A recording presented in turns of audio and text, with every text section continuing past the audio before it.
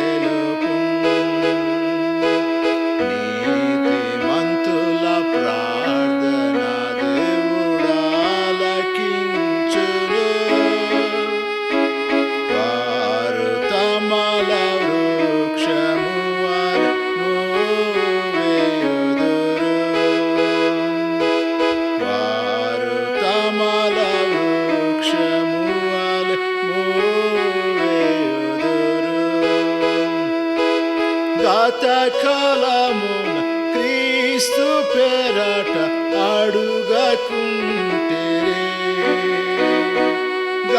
గతకాలమున క్రీస్తు పేరట అడుగకుంటేరే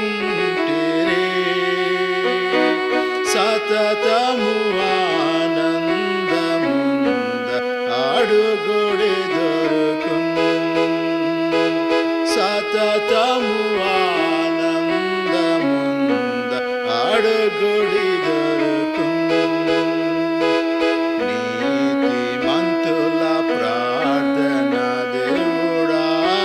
దేవుడాలకించును వారు తమల వృక్షము వలె మూవవేయుదురు వారు తమల వృక్షము వలె మూవవేయుదురు యెహోవా కొరకు ఎదురు చూచి పొందుడి బలము యెహోవా కొరకు ఎదురు చూచి పొందుడి బలము ఇహమునందు పక్షిరాజు వలె పైకెగురుదురు ఇహమునందు పక్షిరాజు వలె పైకెగురుదురు నీతిమంతుల ప్రార్థన దేవుడాలకించును వారు తమల వృక్షము వలె మూవవేయుదురు వారు తమల వృక్షము వలె మూవవేయుదురు ఊహించలేని గ్రాహ్యముగాని వైనట్టి సంగతులు ఊహించలేనివి గ్రాహ్యముగాని వైనట్టి సంగతులు యెహోవా చేయ శక్తిమంతుడు అత్యధికముగా యెహోవా చేయ శక్తిమంతుడు అత్యధికముగా నీతిమంతుల ప్రార్థన దేవుడాలకించును వారు తమల వృక్షము వలె మూవవేయుదురు వారు తమల వృక్షము వలె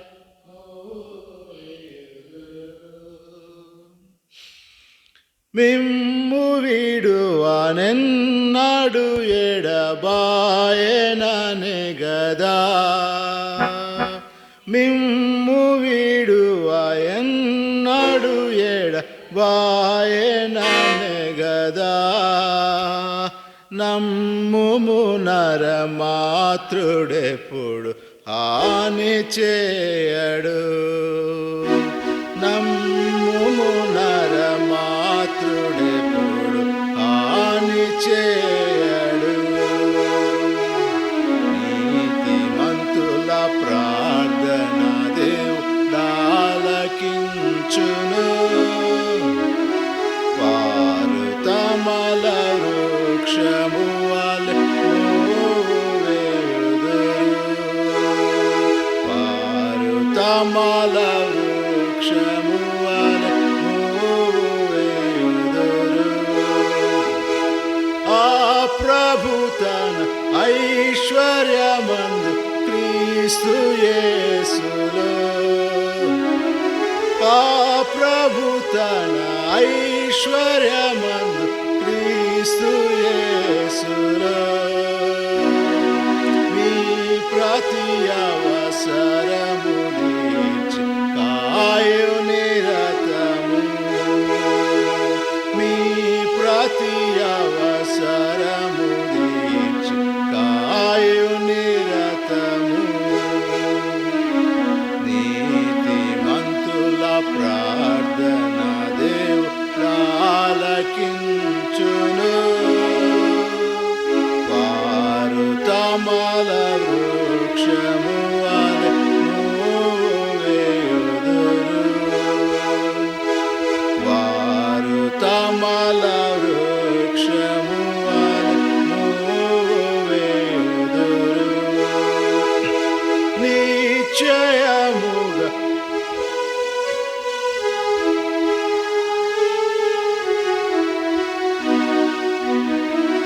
నిశ్చయముగా నేను నిన్ను ఆశీర్వాదింతును. నిశ్చయముగా వృద్ధి పొందింతు నానే నీ దేవుడు. నిశ్చయముగా వృద్ధి పొందింతు నానే నీ దేవుడు. నీతిమంతుల ప్రార్థన దేవుడు ఆలకించును. వారు కమల వృక్షము వలె మోవేయుదురు. వారు కమల వృక్షము వలె మోవేయుదురు.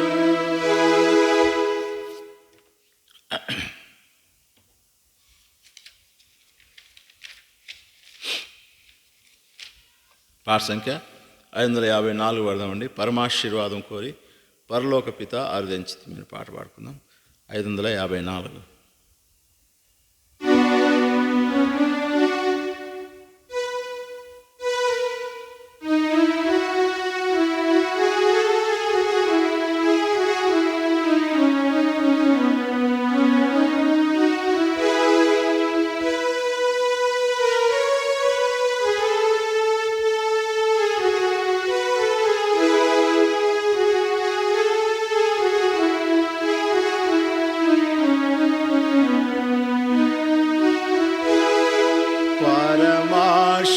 పరమాశీర్వాదము కోరి పరలోక పిత అరుదించితిమి.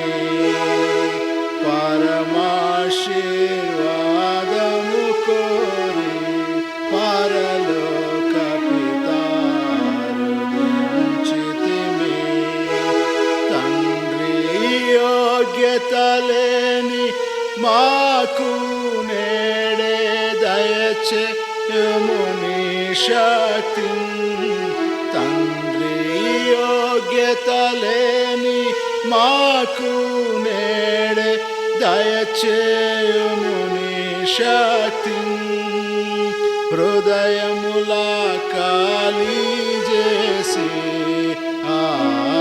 హృదయముల ఖాళీ చేసి పరలోక పిత అరుదించితిమి. పరమాశీర్వాదము కోరి పరలోక పిత అరుదించితిమి. ఎన్నెన్నో పాపాలు చేసి అపరాధమున సిగ్గునంది. ఎన్నెన్నో పాపాలు చేసి అపరాధమున సిగ్గునంది. మాదు శిరములను వాల్చి మాదు శిరములను వాల్చి పరలోక పిత అరుదించితిమి. పరమాశీర్వాదము కోరి పరలోక పిత అరుదించితిమి. బలవంతుడవు నీవే యేసు ప్రభువా, సర్వశక్తియు నీవే. బలవంతుడవు నీవే యేసు ప్రభువా, సర్వశక్తియు నీవే. నిన్నే సదా స్తుతించెదము. నిన్నే సదా స్తుతించెదము. పరలోక పిత అరుదించితిమి. పరమాశీర్వాదము కోరి పరలోక పిత అరుదించితిమి. ఇలలో శ్రమల నోచిన ప్రేమ అదే ప్రేమ కోరి ఉన్నాము. ఇలలో శ్రమల నోర్చిన చూసిన ప్రేమ అదే ప్రేమ కోరి ఉన్నాము. నీ దాసులను మరువకుము, నీ దాసులను మరువకుము. పరలోక పితా హృదించితిమి, పరమాశీర్వాదము కోరి. పరలోక పితా హృదించితిమి.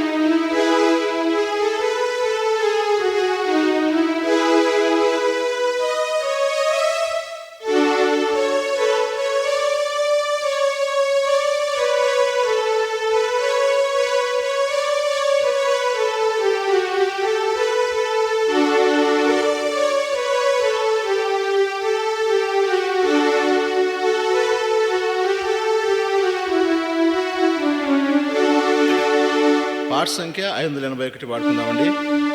పాట సంఖ్య 581, 581. విసుగకుండా నిత్యము. విసుగకుండా నిత్యము ప్రార్థించవలనని విషేదముగా నుడివీతివి.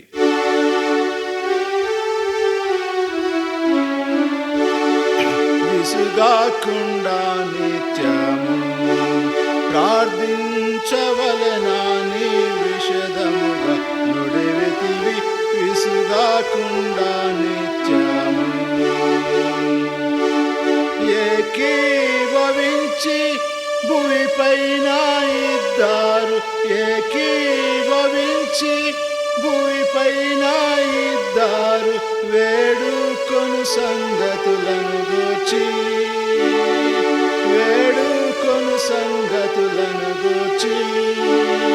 నా తండ్రి వలన దొరుకునని, నా తండ్రి వలన దొరుకునని నొక్కి చెప్పిన గొప్ప దేవా, నొక్కి చెప్పిన గొప్ప దేవా. విసుగకుండా నిత్యము ప్రార్థించవలనని విషదముగా నుడివితివి. విసుగకుండా నిత్యము. ఆది అపోస్తలులు, ఆది అపోస్తలులు ఏకభావముతో విసుగాక నిన్ను ప్రార్థింపగా, విసుగాక నిన్ను ప్రార్థింపగా వారి మొరాలించిన ప్రభువా.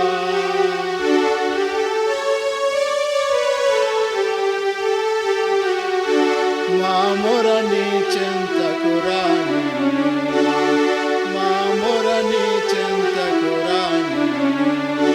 విసుగకుండా నిత్యము ప్రార్థించవలనని విషదముగా నుడివితివి. విసుగకుండా నిత్యము. పేతురపోస్తలు ఏకభావముతో, పేతురపోస్తలు ఏకభావముతో విసుగాక నిన్ను ప్రార్థించగా, అత్యాసక్తిగా ప్రార్థించగా ఆనాటి శిష్యులు కనిరి, ఆనాటి శిష్యులు కనిరి. నీ గొప్ప మహాత్మ్యమును, నీ గొప్ప మహాత్మ్యమును. విసుగకుండా నిత్యము ప్రార్థించవలనని విషదముగా నుడివితివి.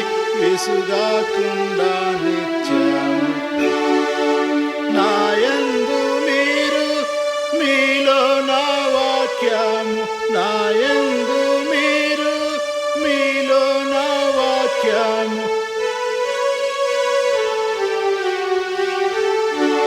నిలచియుండిన ఎడల మీకు ఏది ఇష్టమో దాని నడిగి ఏది ఇష్టమో దాని నడిగి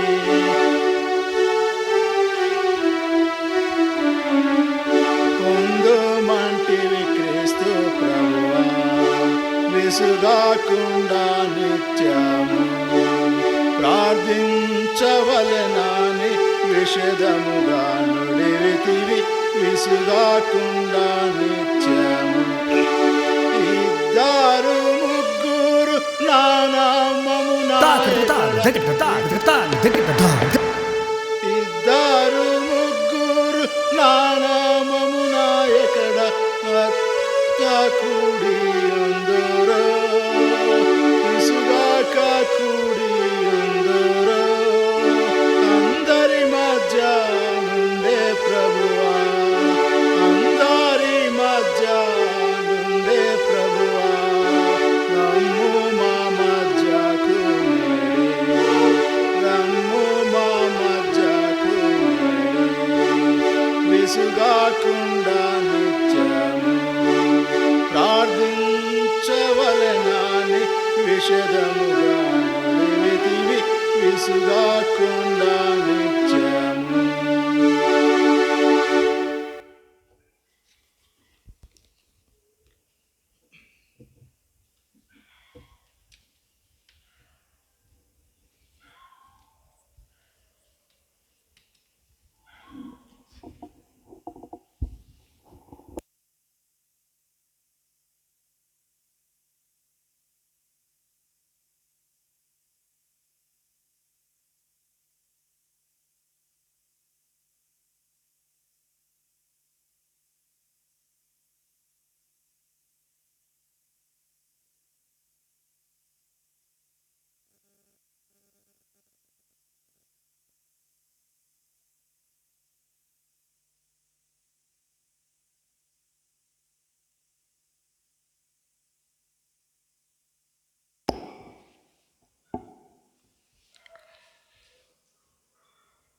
కొంచెం సౌండ్ తగ్గించు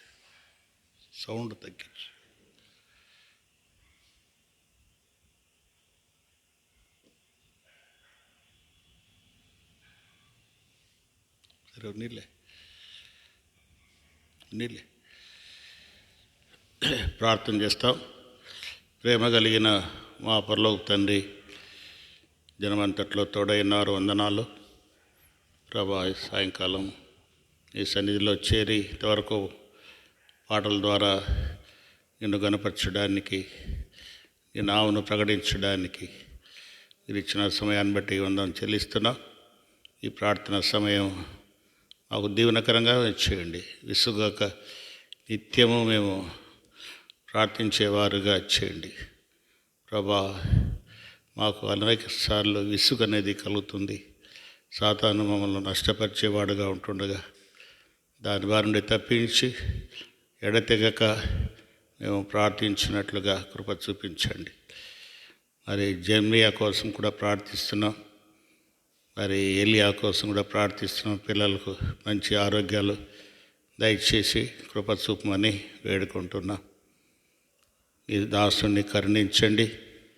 ఈ దినం మా కొరకై సిద్ధపరిచిన నీ మాటలు మాకు అనుగ్రహించి మీరే మహిమ తెచ్చుకో. ప్రార్థన సమయము దీవెనకరంగా ఉంచండి. యేసు నామమున ప్రార్థించి వేడుకుంటున్నాము తండ్రి, ఆమేన్.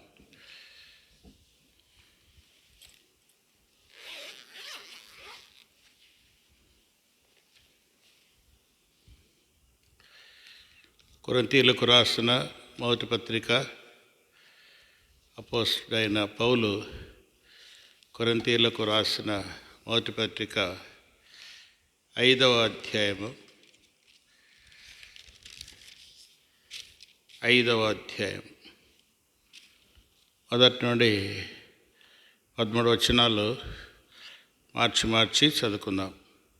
1 కొరింథీయులకు రాసిన పత్రిక 5వ అధ్యాయం మొదటి నుండి చివరి వరకు మార్చి చదువుకుందాం. మీలో జారత్వం అన్నదాన్ని వదంతి కలదు.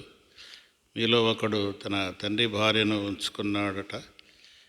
అట్టి జారత్వము అన్యజనులలోనైనను జరగదు. మీరు ఒప్పగుచున్నారే కానీ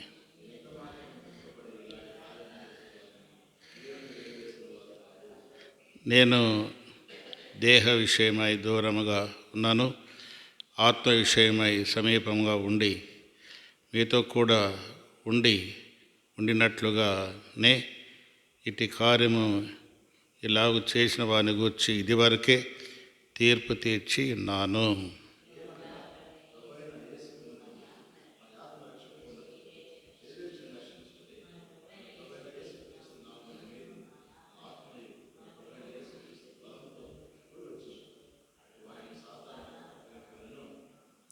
మీరు అక్షయపడుట మంచిది కాదు. పులిసిన పిండి కొంచెమైనను ముద్దంతయు పులిచేయనని మీరు ఎరుగురా.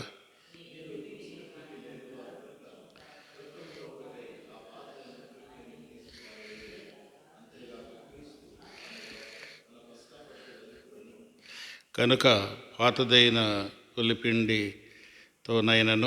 దుర్మార్గతయు దుష్టత్వము నన్ను పులిపిండితోనైనను కాకుండా పస్కా నిష్కాపట్యమును సత్యము నన్ను పులిని రొట్టెతో పండుగ జరిగింతము.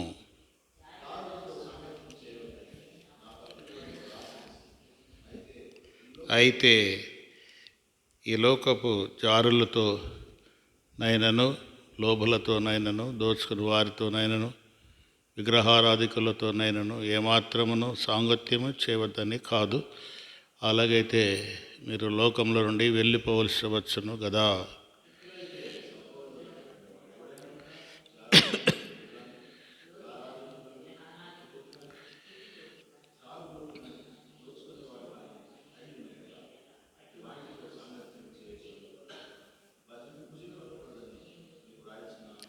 వెలుపటి వారికి తీర్పు తీర్చుట నాకేలా, వెలుపల వారికి దేవుడే తీర్పు తీర్చును కానీ లోపటి వారికి తీర్పు తీర్చువారు కనుక ఆ దుర్మార్గం మీలోండి వెలువేడి. ఇక్కడ సంఘాన్ని గురించినటువంటి హెచ్చరిక సంఘాన్ని గురించి వ్రాయబడింది. ఈ 5వ అధ్యాయము సంఘములో జరుగుతున్నటువంటి పాపాన్ని గురించి వ్రాయబడింది. సంఘాన్ని గురించినటువంటి సంఘంలో జరుగుతున్నటువంటి పాపాన్ని గురించి పౌలు మరి ఖచ్చితముగా ఖండితముగా తెలియజేస్తున్నాడు, హెచ్చరిస్తున్నాడు. ఏమంటున్నాడంటే ఇక్కడ మీరు అతిశయపడుట మంచిది కాదు అంటున్నాడు. ఇక్కడ సంఘం ఎలా ఉంది అంటే అక్కడ కొన్ని లోపాలు కనబడుతున్నాయి. ఆ లోపము అనేది మరి అన్యులలో కూడా జరగనటువంటిది. అంటే అన్యులు కూడా ఇష్టపడనటువంటి పాపము, అన్యులు కూడా ఇష్టపడనటువంటి పాపము. ఆ పాపం ఏమిటంటే ఒకడు తన తండ్రి భార్యను ఉంచుకున్నాడట అంటాడు. ఎంతో మరి భయంకరమైనటువంటి పాపము. తండ్రి భార్యను ఉంచుకొని సంఘములో ఉన్నాడు. తండ్రి భార్యను ఉంచుకొని అంటే ఇటువంటి పాపము చేస్తూ సంఘములో ఉన్నాడు. సంఘం ఎలా ఉంది అంటే ఆ యొక్క పాపమును కప్పిపుచ్చుకొని ఏం చేస్తూ ఉంది, అచ్చయపడుతూ ఉంది. అయితే పౌలు ఏం చేస్తున్నాడు, నిక్కచ్చిగా తెలియజేస్తున్నాడు. మొదటగా మీరు ఆ పాపమును మీలో నుండి తీసివేయుడి అంటాడు. చూడండి ఆ మాట. ఇట్లుండగా మీరు ఒప్పుకున్నారే కానీ మీరెంత మాత్రం వాడు ఇలాంటి కార్యము చేసిన వారిని మీలో నుండి వెలివేసిన వారు కారు. అంటే ఇక్కడ ఇట్లుండి అంటే ఇటువంటి పాపము మీలో ఉండి కూడా మీరు ఒప్పొంగుచున్నారే, కానీ మీరెంత మాత్రము దుఃఖపడి, ఎవరికి దుఃఖం రావడంలే, ఎవరికి చింత రావడంలే. అటువంటి పొరపాటు చేసిన వారిని సంఘంలో ఉంచుతూ వచ్చారు. సంఘంలో ఉంచుతూ వచ్చారు. కానీ అతన్ని ఇక్కడేం రాయబడింది, అతను ఎంత మాత్రమును మీలో నుండి వెలివేసినటువంటి వారు కారు. సంఘం అంటే ఏమిటి? అది పరిశుద్ధమైనటువంటి సంఘం, పులిసిన పిండి లేనటువంటిది. ఇక్కడ ఒక పులిసిన పిండితో పోల్చుతబడుతుంది. పులిసిన పిండి, పులియని పిండి అంటే పులిసినది లేనటువంటిది. పులిసినది అంటే చెడిపోయినది. చెడిపోయినది మనం తింటామా? చెడిపోయినది మనం తినము. ఏం చేస్తాము? ఆ చెడిపోయిన దానిని తీసేస్తాం.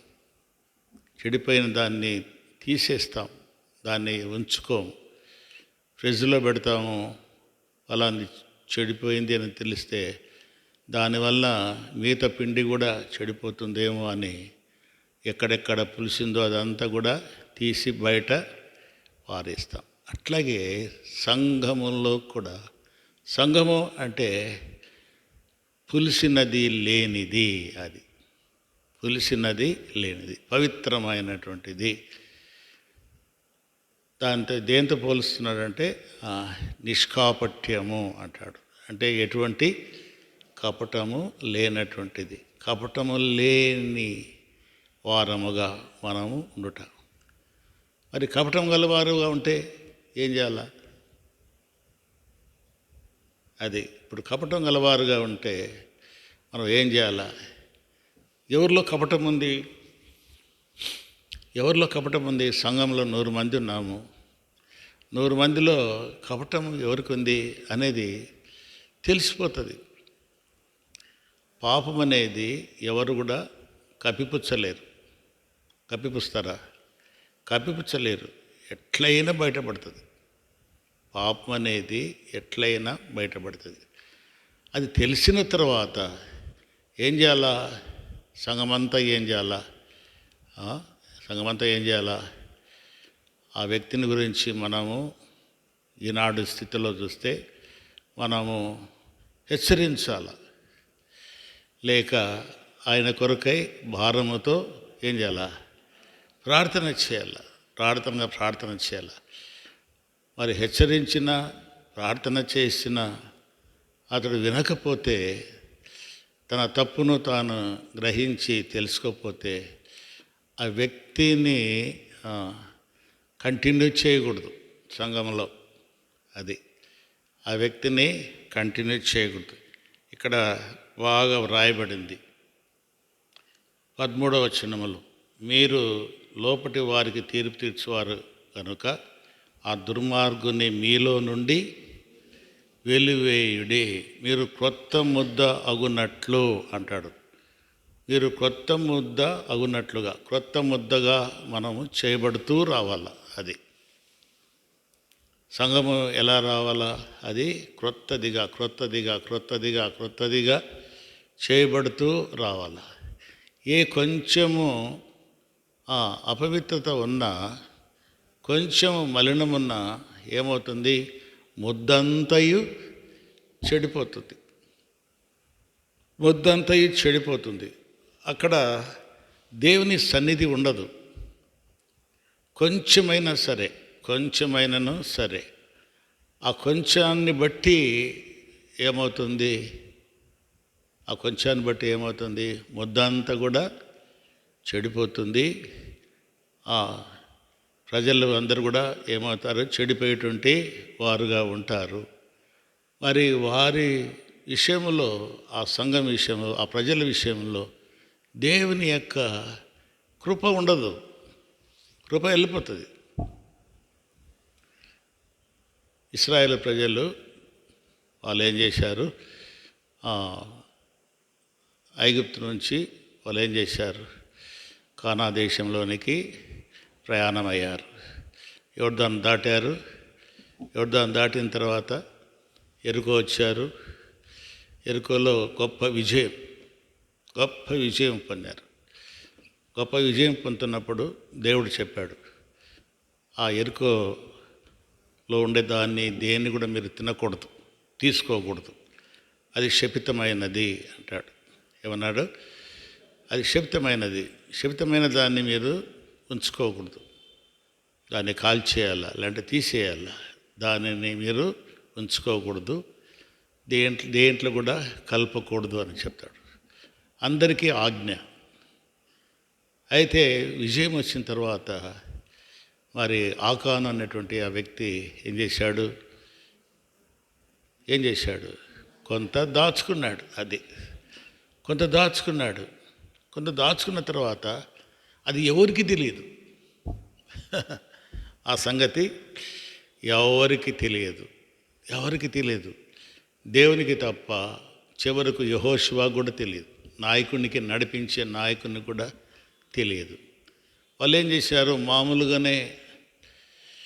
మామూలుగానే ఉన్నది అని ఎరిగి వాళ్ళు ఏం చేశారు? చిన్న ఊరైనటువంటి హాయి మీదికి పోయారు యుద్ధం చేయడానికి. హాయి మీదికి యుద్ధం చేయడం పోతే అక్కడ ఓడిపోయారు. పెద్ద ఎరుకో దాన్ని జయించారు, కానీ చిన్న పట్టణమైనటువంటి హాయి మీద ఓడిపోయారు. భయపడిపోయారు, కొంతమంది చనిపోయారు, బాధపడ్డారు. అరే ఎందుకు వచ్చింది ఏమిటి అని విచారించినప్పుడు, వారు ప్రభువును అడిగినప్పుడు దేవుడు వారికి బయలుపరిచాడు. మీలో ఒకడు ఏం చేశాడు? శపితమైన దానిని స్వీకరించాడు. అది నేను వద్దన్న దాన్ని చేశాడు. శపితమైన దాన్ని తీసుకోకూడదు అని చెప్పాను, అయితే శపితమైన దాన్ని తీసుకున్నాడు. కనుక మొట్టమొదట ఆ శపితమైనది ఏం కావాలా? నిర్మూలము కావాలి. చూడండి, యెహోషువ గ్రంథం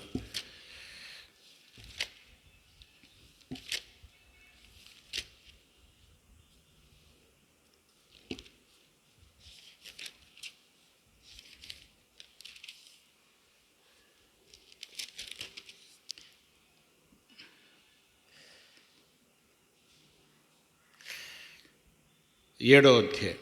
యెహోషువ గ్రంథము 7వ అధ్యాయము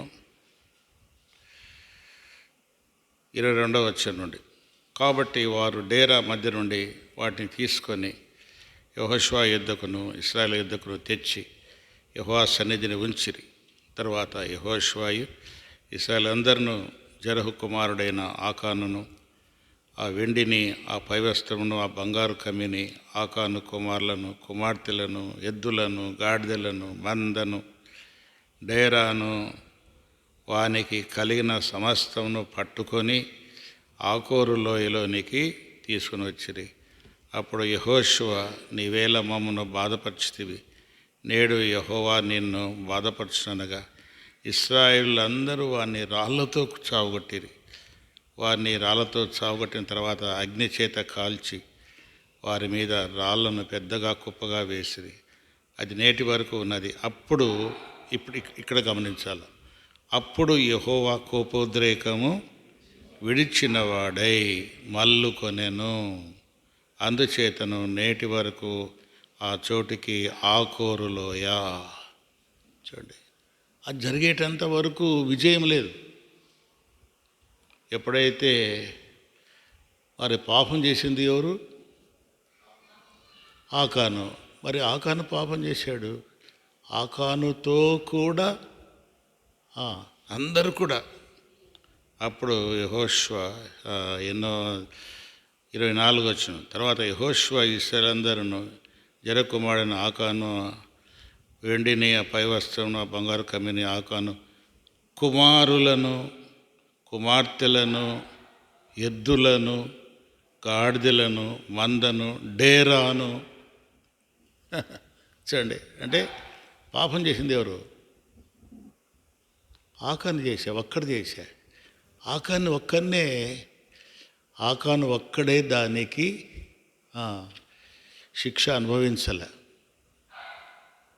ఆకానుతో పాటు కుటుంబం, భార్య, బిడ్డలు, కుమారులు, కుమార్తెలు, ఆ వస్తువులు, డేరా అంతా కూడా ఏమైపోయింది? అంతయింది. వారిని రాళ్లతో కొట్టిన తర్వాత అగ్ని చేత కాల్చి వారి మీద రాళ్లను పెద్ద కుప్పగా వేసిరి, కాల్చేశారు అంతా కూడా. అప్పుడు యెహోవా కోపోద్రేకము విడిచినవాడై. దీన్ని బట్టి మనం గ్రహించాల్సింది ఏమిటంటే, మనలో చిన్న పొరపాటు ఉన్నా కూడా మనం అనుకుంటాం, ఏముంది లేబ్బా, ఏం పొరపాటు చేస్తున్నాం, ఏం తప్పుదం చేయడం లేదు కదా, ఏం చేస్తున్నావు బా, ఇన్ని ఉన్నాయి, ఇదొక్కటే కదా, ఇదొక్కటి క్షమించడా అని మనం అనుకుంటాం కదా. మనం అనుకుంటా ఉంటాం, ఇదొక్కటే కదా, ఇదొక్కటే కదా, ఇదొక్కటే నేరమా. మరి అదొక్కటి ఉన్నంత వరకు ఆకాను పాపము అంతా కూడా కంప్లీట్గా నిర్మూలమైన తర్వాత మళ్ళీ చూస్తే అదే హాయి మీదికి పోయి వాళ్ళు ఏం చేశారు? విజయాన్ని పొందారు. అదే హాయి మీద పోయి వారు విజయాన్ని పొందారు. అంటే దీన్ని బట్టి మనం గ్రహించాల్సింది ఏమిటంటే, చిన్న పొరపాటైనా ఏదైనా పాపము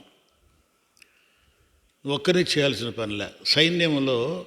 సైన్యంలో రూల్స్ ఎట్లుంటాయంటే, కొన్ని గ్రూప్స్ ఉంటాయి, గ్రూపులుగా కొన్ని గ్రూపులు, ఒక 20 మంది కానీ, ఒక 100 మంది కానీ, అట్లా సైనికులు గ్రూప్గా ఉంటారు. కంపెనీస్ అంటారు, అట్లా కంపెనీస్ అంటారు. ఆ 100 మంది ఉన్నటువంటి కంపెనీ అనుకోండి, 100 మంది కంపెనీలో ఒక్కడు తప్పు చేసిండు అనుకో, అప్పుడు ఏం చేశాడు? వాడొక్కడే శిక్ష అనుభవించాడు. వానితో పాటు మిగతా వాళ్ళందరూ కూడా శిక్ష అనుభవించాల్సిందే, తప్పదు. వాడొక్కడు చేశాడు అంటే ఎందుకు దాన్ని అమలు చేస్తున్నారంటే, ఒక తప్పు అనేది జరగకుండా. ఇప్పుడు ఒకటి చేశాడు అనుకో, పక్కనోడు చూస్తూ ఉంటాడు అనుకో, వాడేం చేస్తాడు? నాకు కూడా శిక్ష పడుతుందని వాని తప్పును ఏం చేస్తాడు? ఖండిస్తాడు. అది వాని తప్పును ఖండిస్తాడు, తప్పు జరగకుండా చేస్తాడు. మామూలుగా అయితే ఏం చేస్తారు కొంతమంది? జరగనీలే, నాకు కాదు కదా శిక్ష వచ్చేది. ఇప్పుడు సంఘంలో జరిగేటువంటిది పరిస్థితి అంతా అదే. ఇప్పుడు సంఘంలో ఏమి జరుగుతూ ఉంది పరిస్థితి అంటే, నాకేమిలే, నాకెందుకులే, ఆయనకే కదా శిక్ష, ఆయన లెక్క చెప్పుకుంటాడులే. చూడండి, ఆయన లెక్క చెప్పుకుంటాడులే అని ఏం చేస్తారు? ఆ పాపాన్ని గురించినటువంటి విషయాన్ని గురించిన జాగ్రత్త తీసుకొని వారుగా ఉంటారు. దీన్ని బట్టి గ్రహించాల్సింది ఏమిటంటే, ఏదైనా సరే సంఘము అంటే అందరికీ సంబంధించింది అని అర్థం. బాగా గుర్తుపెట్టుకోండి. మరి మనం సంఘమని పిలువబడతాం, కానీ వ్యక్తిగతంగా మనము పిలువబడ్డాం. ఎత్తబడేది ఏమిటి? సంఘము. ఎత్తబడేది ఏమిటి? సంఘము. సంఘములో మనం అందరం కూడా ఉన్నాం. ఈ నియమాన్ని బట్టి, ఈ ఆజ్ఞను బట్టి, ఈ క్రమాన్ని బట్టి మనం చూస్తే అందరము కూడా ఎలా ఉండాలా? జాగ్రత్తగా ఉండాలా. ఇక్కడ కొరింథీ సంఘంలో ఏమంటున్నాడు? మరి ఇంత ఘోరమైనటువంటి అన్యుల మధ్య కూడా జరగనటువంటి ఘోరమైనటువంటి ఈ పాపము కనబడితే మీరేం చేస్తున్నారు? దాన్ని ఎవరు ఖండించలేదు, ఎవరు దుఃఖపడలేదు, ఎవరు బాధపడలేదు, కానీ ఏం చేస్తున్నారు? ఉప్పొంగుతూ ఉన్నారు, అతిశయపడుతున్నారు. చాలా మంచి పని చేశామని ఏం చేస్తున్నారు? ఉప్పొంగిపోతున్నారు. అంటే దాని అర్థం ఏంటంటే, నేను కాదులే, ఆయన చేశాడులే, లేక ఆమె చేసిందిలే, ఆమె శిక్ష అనుభవిస్తుందిలే, ఆయన శిక్ష అనుభవిస్తుంది, నేను చేయలేదు కదా, అట్లా నేను చేయలేదు. అయితే మరి ఇక్కడ మనం క్రమం చూస్తాం. ఏదైనా సరే సంఘము దేవుని దృష్టిలో ఎలా ఉండాలా? ఎఫ్సి పత్రిక చూడండి. ఎఫ్సి పత్రిక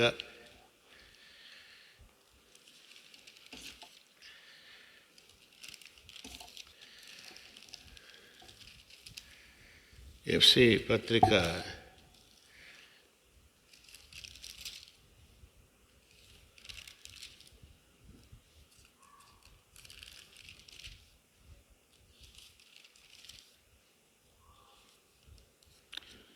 5వ అధ్యాయం, ఎఫెసీయుల రాసిన పత్రిక 5వ అధ్యాయం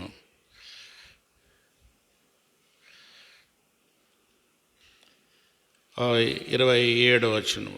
పురుషులారా, మీరును మీ భార్యను ప్రేమించుడి, అటువలే క్రీస్తు కూడా సంఘమును ప్రేమించి అది కలంకమైనను ముడత అయినను అటిది మరి ఏదైనా లేక పరిశుద్ధమైనది గాను నిర్దోషమైనది గాను మహిమగల సంఘముగాను ఆయన తన ఎదుట దాన్ని నిలబెట్టుకోవాలా. అది దాని ఎదుట నిలబడాలంటే ఎట్లుండాలా? కొంచెం కూడా కలుషితం అనేది ఉండకూడదు. 100 మంది సభ్యులు ఉన్నారు, ఒక్కడు కలుషితమైన కూడా అదంతా కూడా కలుషితం అయిపోతుంది. ఇంత సీసా అనుకోండి, ఒక చిన్న డ్రాప్ విషం వేస్తే ఏమవుతుంది? ఒక చిన్న డ్రాపే కదా అంటారు. ఆ చిన్న డ్రాప్ వేయటం వలన ఏమవుతుంది? అది ఆ సీసాలో ఉండేది అంతా కూడా పాయిజన్ అయిపోతుంది. ఇంకొకటి, ఒక ఆయిల్ అనుకోండి, దాంట్లో చిన్న ఏమైనా పురుగు పడింది అనుకోండి, దాన్ని బట్టి అదంతా ఏమవుతుంది? చెడిపోతుంది. అదంతా కూడా చెడిపోతుంది. అట్లాగే దేవుని దృష్టిలో పౌలు గద్దిస్తున్నాడు కనుక మీరు అతిశయపడుతున్నారు, మీరు ఒప్పొంగుతున్నారు. ఆ వ్యక్తిని మీలో ఉండకుండా త్రోసివేయండి, పారదోలండి. అది మీలో ఉండకూడదు. మీలో ఇంకా ఏమంటాడు చూడండి, చదువుకుందాం. 1 కొరింథీ పత్రిక 1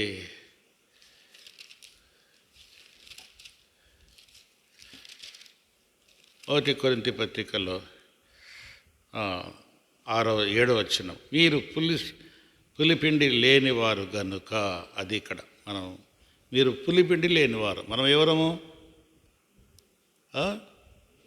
పులిపిండి లేనివారము గనక క్రొత్త ముద్ద అవుట కొరకై ఆ పాతదైన పులిపిండిని తీసివేయుడే. అది పాతదైన దాన్ని ఏది ఉండకూడదు. అది ఏది ఉండవు. ఎందుకు ఈ విధంగా జరుగుతూ ఉంది? ఎందుకు అద్భుతాలు జరగడం లేదు? ఎందుకు ఆశ్చర్యకార్యాలు జరగడం? ఆనాడు జరిగినవి ఈనాడు ఎందుకు జరగడం లేదు? ఆనాడు అనుకుంటే జరుగుతూ వచ్చాయి ఆశ్చర్యకార్యాలు, అద్భుత కార్యాలు, దేవుని కార్యాలు అన్నీ కూడా జరుగుతూ వచ్చాయి. ఈనాడు ఎందుకు ఒక అద్భుతమైన కార్యం జరగడం లేదు అంటే ఈ పులిసినది అనేది కనబడుతూ ఉంది. ఆనాడు ఇశ్రాయేలు జనాంగంలో వారందరూ కూడా ఏకభావంతో ఉన్నప్పుడు గొప్ప కార్యాలు జరుగుతూ వచ్చాయి. వారు తిరిగి పాపం చేసినప్పుడు పాపాన్ని బట్టి వారు పట్టబడుతూ వచ్చారు. అది దేవుడు న్యాయవంతుడు. దేవుడు చెప్పండి, న్యాయవంతుడు. దేవుడు న్యాయవంతుడు. దేవుడు ఎప్పుడూ అన్యాయాన్ని సమర్థించాడు. మనం సేవకుడైనా పర్లేదులే, ఈ తప్పు చేయొచ్చులే అన్నాడు. ఈయన సంఘ పెద్దలే చేయొచ్చులే, ఈ విశ్వాసులే చేయొచ్చులే అని అనడు. ఎవరైనా సేవకుడైనా ఎవరైనా ఏం కావాలా? ఆ పులిసింది పోవాలా. నిష్కాపట్యముగా మనం ఉండాల, పరిశుద్ధులముగా ఉండాల, పవిత్రులంగా ఉండాల, నిర్మలమైన వారుగా మనం ఉండాల. ఎప్పుడు నిర్మలమైన వారుగా మనం ఉంటామో అప్పుడు దేవుని కృప అనేది మన మీద ఉంటుంది. అప్పుడు సంఘము ద్వారా ఏం జరుగుతాయి? గొప్ప కార్యాలు జరుగుతాయి. అననీయ సప్పీరాలు, అక్కడ సంఘం ఉంది. అననీయ సప్పీరాలు ఏం చేశారు? పాపం చేశారు. అననీయ సప్పీరాలు వాళ్ళ సొమ్మే, సంఘం సొమ్మేం కాదు అది. ఏమని అక్కడ ఆజ్ఞ ఏమిటి? మీరందరూ కూడా మీకు కలిగినవన్నీ, ఆస్తులు, పొలాలు అన్నీ కూడా అపోస్తుల పాదంలో యుద్ధ పెట్టి వారి అధికారానికి లోబడండి, వాళ్ళే అన్నీ మీకు ఏర్పాటు చేస్తారు అని. ఒకే సంఘం 3000 మంది ఒక సంఘముగా కూడుతొచ్చారు. ఒకే మాట, అది ఒకే మాట. ఇంకా రెండో మాట లేదు. అట్లా జరగాల సంఘం అంటే. రెండో మాట ఉండకూడదు. అక్కడ ఏం జరిగింది? భార్య భర్తలు ఇద్దరు మాట్లాడుకున్నారు. ఇద్దరు మాట్లాడుకొని నువ్వు ఏం చెప్తే నేను అది చెప్తాను నువ్వు అని మాట్లాడుకున్నారు. మాట్లాడుకొని అక్కడ పోయిన తర్వాత పేతురు అడిగాడు, ఇంతకే అమ్మితురా? అవును, ఇంతకే. అప్పుడు ఏమన్నాడు చూడండి, అపోస్తుల కార్యములు ఎన్నో అధ్యాయం? 5వ అధ్యాయం. అపోస్తుల కార్యములు 5వ అధ్యాయము. అప్పుడు పేతురు, అననీయ, నీ భూమి వెలలో కొంత దాచుకొని పరిశుద్ధాత్మను మోసపరచుటకు సాతాను ఎందుకు నీ హృదయమును ప్రేరేపించెను? అది నీ యొద్ద ఉన్నప్పుడు నీదే కదా. అమ్మిన పిమ్మట అది నీ వశమై ఉండలేదా? ఎందుకు ఈ సంగతి నీ హృదయంలో ఉద్దేశించుచున్నావు? నీ మనుషులతో కాదు, దేవునితోనే అబద్ధమాడుతీవని వానితో చెప్పాను. అన్నయ్య ఈ మాటలు విడుచునే పడి ప్రాణము విడవగా విన్నవారికి అందరికీ మిగుల భయం కలిగాను. అది దేవుడు అంటే భయం కలగాల. దేవుడు అంటే భయం కలగాలి, దాన్ని సమర్థించడం కాదు. అదే మనం ఎప్పుడు ఎక్కడ అంటే పాపాన్ని మనం ఎప్పటికీ సమర్థించకూడదు. ఆ పోన్లే అనేది నీ యథార్థం నిజమైనది కాదు, దేవుని మాట కాదు. దేవుడు క్షమిస్తాడు, అది వేరు. క్షమాపణ అనేది ఉంది. వాక్యం కూడా ఇట్లా ఉంది. మరి మనం ఏం చేస్తాం? వాక్యం కూడా ఇలా ఉంది.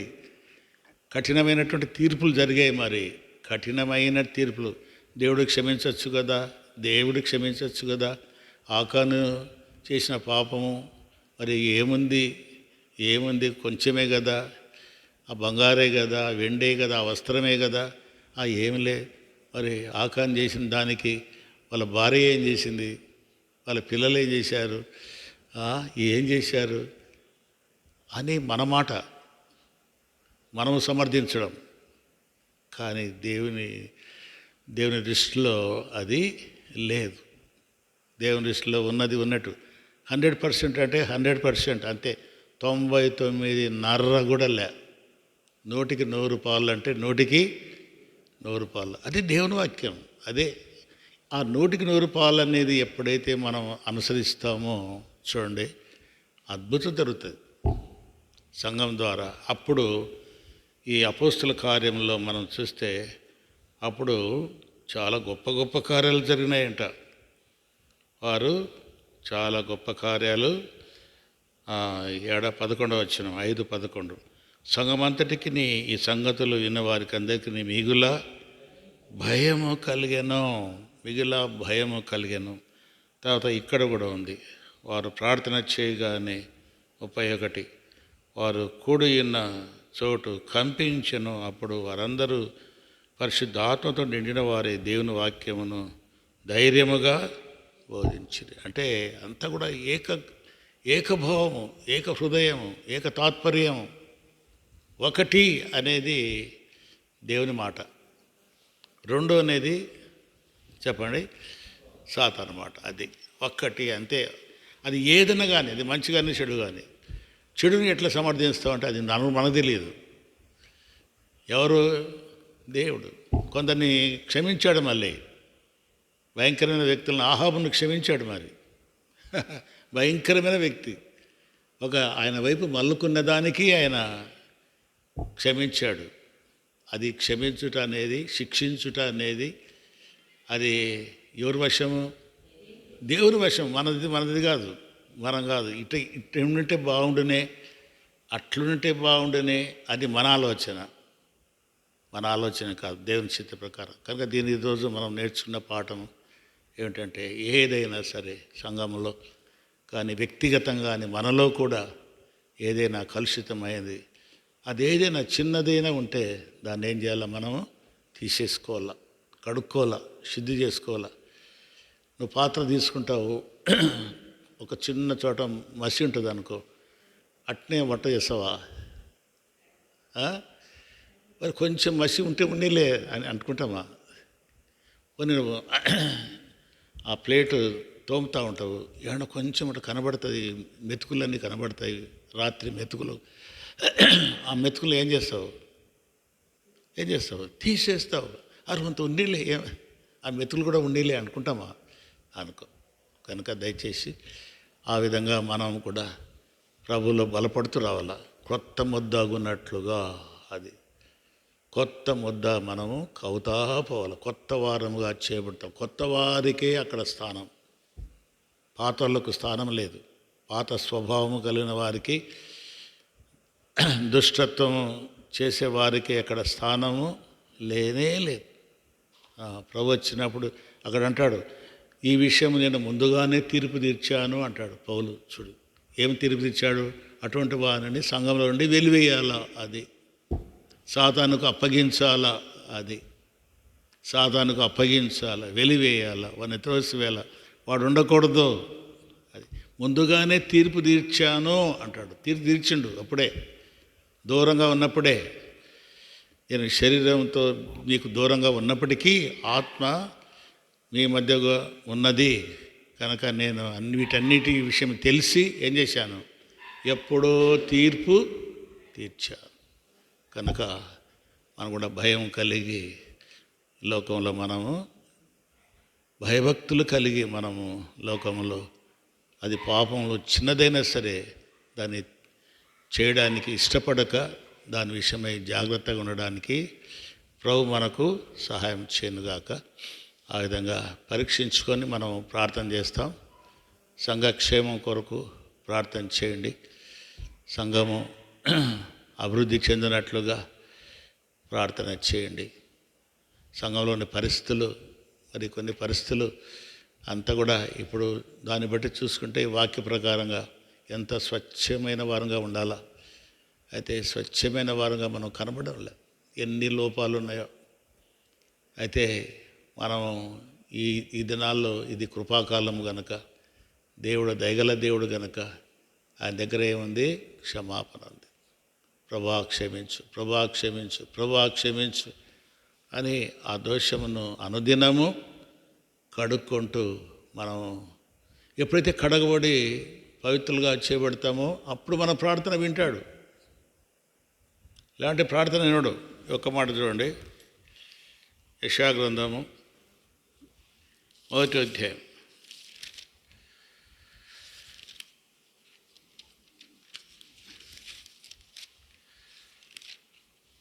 యెషయా గ్రంథం 1వ అధ్యాయము